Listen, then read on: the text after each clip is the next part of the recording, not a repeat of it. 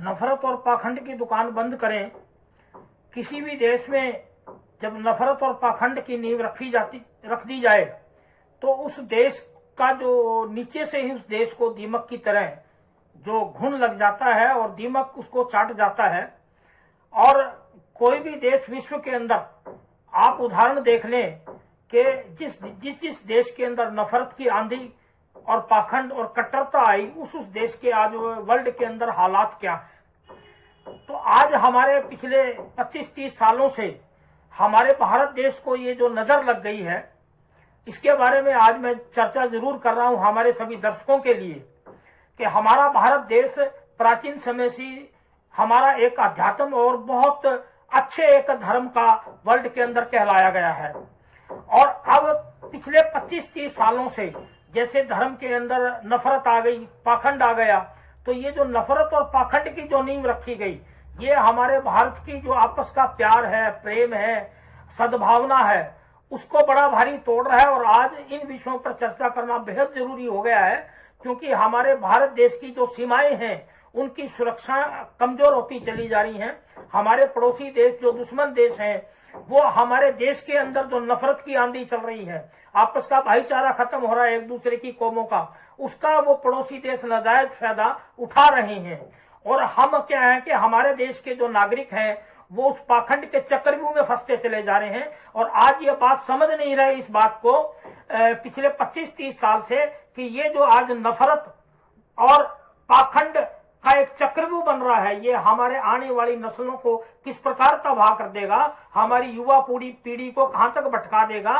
ये जो कुछ तथाकथित पाखंडी ठेकेदार लगे हुए, नफरत फैलाने के ठेकेदार लगे हुए, आज ये वो बात समझ नहीं पा रहे इस बात को कि जो हमारी देश की सुरक्षा है, हमारी देश की सीमाएं हैं, वो हमारे इस नफरत और पाखंड की आंधी के अंदर बेहद कमजोर होती चली जा रही हैं। उसका एक मनोवैज्ञानिक बात भी है कि जो नफरत और आंधी हमारे देश में पिछले 25-30 से एक सुनियोजित साजिश के तहत चलाई जा रही है, उसका प्रभाव हमारे देश की सेना के जवान, हमारा पुलिस बल, हमारे डॉक्टर, हमारे इंजीनियर जो एक देश को विकास देते हैं, देश की रक्षा करते हैं, सारी रात बर्फ के इलाकों में खड़े होकर के हमारी रक्षा करते हैं, उनके परिवारों पर भी इस नफरत की आंधी का और इस पाखंड के चक्रव्यूह का पूरा प्रभाव पड़ रहा है।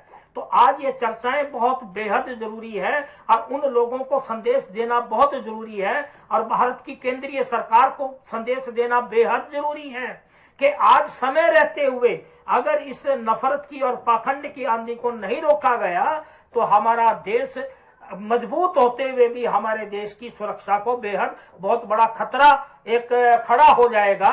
जो आज हमारे ये जो पाखंडी लोग हैं हमारे देश के अंदर, मेरे को ये बात कहने में कोई गुरेज नहीं है।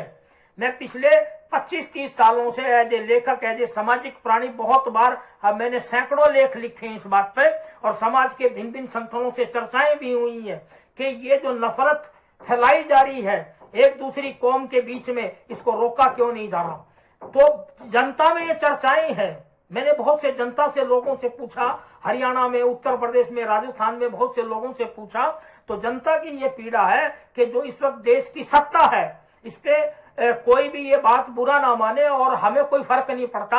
मेरे खिलाफ बहुत पहले गालियां भी लिखी गई, हमले भी किए गए, परंतु एक लेखक का और एक सामाजिक प्राणी का ये सच्चा अर्थ होता है कि वो जनता की पीड़ा को सामने रखे और नफरत और चक्रव्यूह से जो देश की सुरक्षा का खतरा पैदा हो रहा है, देश की सुरक्षा पे खतरा मंडरा रहे हैं, उसके बारे में देश की जो सत्तासीन सरकार है उसको आगाह करे, उसको राय दे और उसको ये बताए कि आप समय रहते इस नफरत की आंधी को रोकें, वरना हमारे देश की सुरक्षा बहुत बड़ी खतरे में पड़ जाएगी, हमारे देश की आने वाली पीढ़ी बहुत बड़े खतरे में पड़ जाएगी। आज हम इसी बात को लेकर के पूरे हमारे दर्शकों को ये संदेश दे रहे हैं कि ये जो नफरत है, ये नफरत फैलाई क्यों गई। ये भी एक बहुत बड़ा प्रश्न है, जनता पूछ रही है कि नफरत फैलाई क्यों गई, क्योंकि पिछले 25-30-35 सालों से इस नफरत में एक राजनीति शामिल हो गई और वो सत्य है। अब सारे हिंदुस्तान के सामने वो बात सत्य आ गई है कि हमारा जो धर्म था, धर्म हमारा अध्यात्म था, सनातन था, उसके अंदर ये जो पाखंड डाल दिया गया, आज हमारे देश के अंदर इतनी बुरी तरह हालात है हम कर क्या रहे हैं? हम हमारी कौम का ही नुकसान कर रहे हैं। हमारे देश को, जब हमारा देश आजाद हुआ 1947 में, मैं आपको ये बता दूं कि मैं फ्रीडम फाइटर परिवार से हूं और मेरे पिताजी की लाहौर में 2 दुकानें थी। मेरे 2 भाइयों का जन्म लाहौर का, एक बहन का जन्म लाहौर का है और नेताजी सुभाष चंद्र बोस के निकटतम साथी रहे मेरे पिताजी। और हमारा गांव पुट्ठी मंगल खां, इसार जिला में हासिद के बगल में क्रांतिकारियों का गांव रहा है। तो हमने देखा कि जो पीड़ा उस वक्त देश के पार्टीशन के समय थी, ये सवाल नहीं है कि वो कैसे हुआ कैसे नहीं हुआ, परंतु जो पीड़ा हमारी देश की महिलाओं को, बेटियों को भुगतनी पड़ी, आज वो समय नहीं है भारत के आगे। हम करना क्या चाह रहे हैं? मैं उन पाखंडियों से जो नफरत फैला रहे हैं 30-35 साल से, जो भी संगठन भारत के, उनसे ये पूछना चाहता हूं, क्या भारत में आप एक स्टेट अलग बनाना चाहते हैं या एक देश अलग बनाना चाहते हैं? चाहते क्या आप? है देश की जो सत्तासीन सरकार है, उससे भी मेरा एक प्रश्न है कि वो सरकार के जो मुखिया, वो प्रधानमंत्री, ये बताएं वो चाह क्या रहे हैं। देश की सुरक्षा को मजबूत करें, वहां हम आपके साथ हैं। देश का बच्चा बच्चा आपके साथ है। देश की सीमाओं को मजबूत करें, देश के अंदर विकास करें, देश के पाखंड को रोकें। माननीय प्रधानमंत्री, भारत से हमारी इस वीडियो के माध्यम से गुजारिश है कि देश की रक्षा को खतरा मत आने दे, क्योंकि देश की रक्षा को खतरा ये नफरत और पाखंड की आंधी बनी हुई है जो पिछले 30 सालों से चल रही है।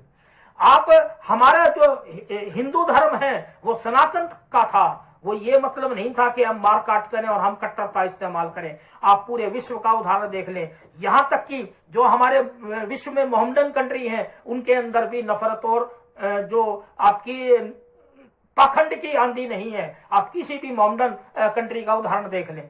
दूसरी बात, जिस देश के बारे में हमारे परिवार ने तो लाहौर में काम किया है, लाहौर में दुकानें रही हैं, परंतु आपको मैं संज्ञान में दे दूं कि मैं किसी के कोई खिलाफ नहीं बोल रहा, परंतु संज्ञान में दे दूं, हिंदुस्तान की आजादी से पहले लाहौर के अंदर एक से एक बहुत बड़े हॉस्पिटल, बहुत बड़े कॉलेजेस, जहां से क्रांतिकारियों ने शिक्षा ग्रहण करी, डीएवी संस्थाओं जैसी, गंगाराम हॉस्पिटल के संस्थापक कहां से थे? हैं जी, वो लाहौर से बड़े बड़े क्रांतिकारी, लाला लाजपत राय, बड़ी बड़ी शिक्षा संस्थाएं। तो मैं उन पाखंडियों के संज्ञान में देना चाह रहा हूं कि जो सारा दिन नफरत की आंधी फैला रहे हैं, ऐसा नहीं है कि वो कंट्री बहुत बड़ा विकासशील कंट्री है, बहुत बड़ा विकासशील है। वहां कॉलेजेस और मॉडर्न शिक्षाएं हैं जिन पर हम सारा दिन पत्थर मारते हैं। आज हमारे बच्चे क्या है, आज हमारे मीडिया की हालात क्या है। मैं एज ए लेखक और पत्रकार भी उन जो एंकरिंग लड़कियां बैठी हैं देश के चैनलों पर, सम्मानित हमारे देश की बेटी हैं, उनके नाम भी संदेश दे रहा हूं कि इतनी गंदी एंकरिंग ना करें। इस वक्त देश की सुरक्षा का मामला है, देश की सीमाओं का मामला है, देश के सैनिकों का मामला है। तो बहुत गंभीरता से इस मामले को लें। और ये जो नफरत और पाखंड की आंधी है, अगर ये इसी प्रकार बढ़ती चली गई तो इसका हमारा बहुत बड़ा नुकसान होगा। भारत की केंद्रीय सरकार से हमारी इस वीडियो के माध्यम से मैं गुजारिश करता हूं कि इस नफरत की और पाखंड की आंधी को रोकें। जय हिंद, वंदे मातरम।